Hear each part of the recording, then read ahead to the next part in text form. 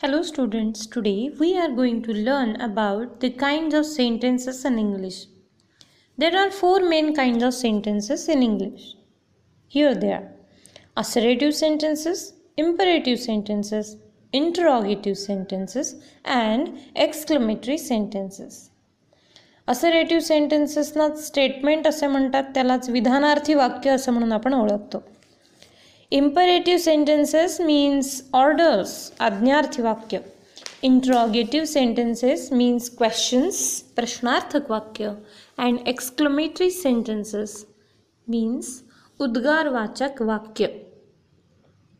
Assertive sentences, a sentence that makes a statement which asserts and denies something is known as assertive sentence. ज्या वाक्यात विधान केलेले असते, मग ते होकारार्थी असेल किंवा नकारार्थी असेल, त्याला विधानार्थी वाक्य असे म्हणतात. हे विधान ऐकतो तेव्हा त्याच्याबद्दल कोणतीही शंका निर्माण होत नाही. जे आहे जसे आहे ते तशा पद्धतीने सांगितलेले असते. For example, Manoj is a wise boy. This is a building of school. विधानार्थी वाक्य दोन प्रकारची असू शकतात: affirmative and negative. Assertive sentences could be of two types: affirmative and negative. होकारार्थी, affirmative या वाक्यात होकारार्थी भावना व्यक्त केलेल्या असतात. नेगेटिव्ह मीन्स नकारार्थी, नकारार्थी भावना व्यक्त केलेली वाक्य असतात. विधानार्थी त्यांना निगेटिव्ह सेंटेन्सेस असे म्हणतात किंवा निगेटिव्ह स्टेटमेंट असे म्हणतात. For example, Raju is a wise boy. This is affirmative statement. Raju हा एक शहाणा मुलगा आहे. हे एक विधानार्थी वाक्य आहे जे की होकारार्थी आहे आणि म्हणून त्याला अफर्मेटिव्ह स्टेटमेंट असे म्हणता येईल. Raju is not a dull boy. याच्यामध्ये नॉटचा वापर केलेला असल्यामुळे वाक्य निगेटिव्ह होते, पण तरीसुद्धा हे एक विधान आहे. Raju is not a dull boy म्हणून त्याला निगेटिव्ह स्टेटमेंट असे म्हणता येईल. Next one is imperative sentence.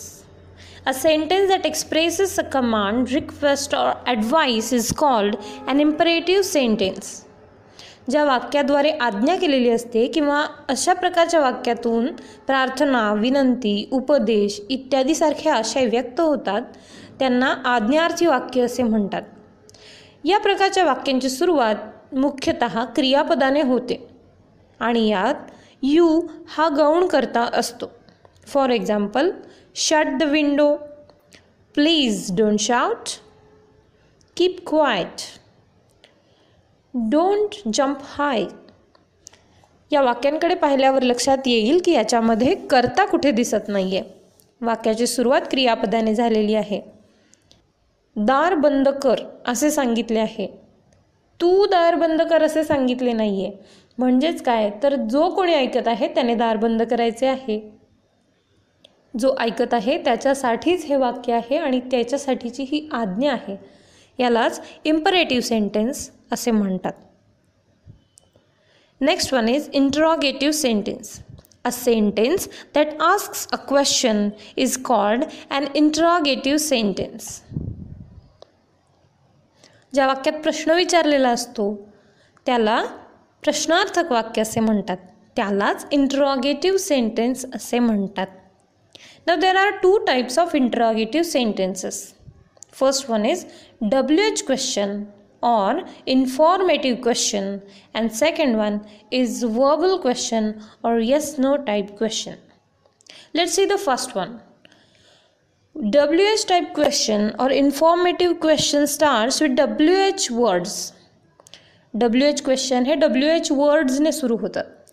WH words कोणते, तर who, which, what, whose, why, when, how, where, whom, how many, how much, etc. etc.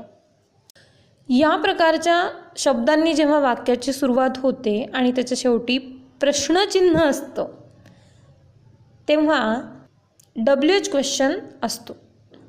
या प्रश्नाचं उत्तर मोठ्या स्वरूपात किंवा माहितीच्या स्वरूपात असतं म्हणून त्याला इन्फॉर्मेटिव्ह क्वेश्चन असे सुद्धा म्हणतात.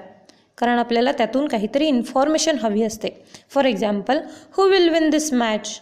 How do you feel now? What's your name?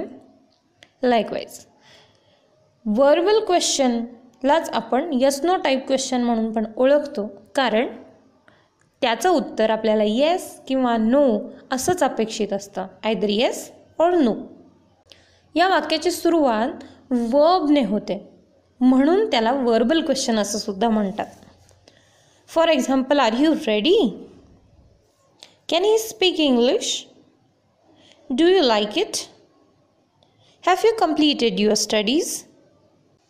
And the last kind of sentence is exclamatory sentence. A sentence that expresses strong feeling is called an exclamatory sentence.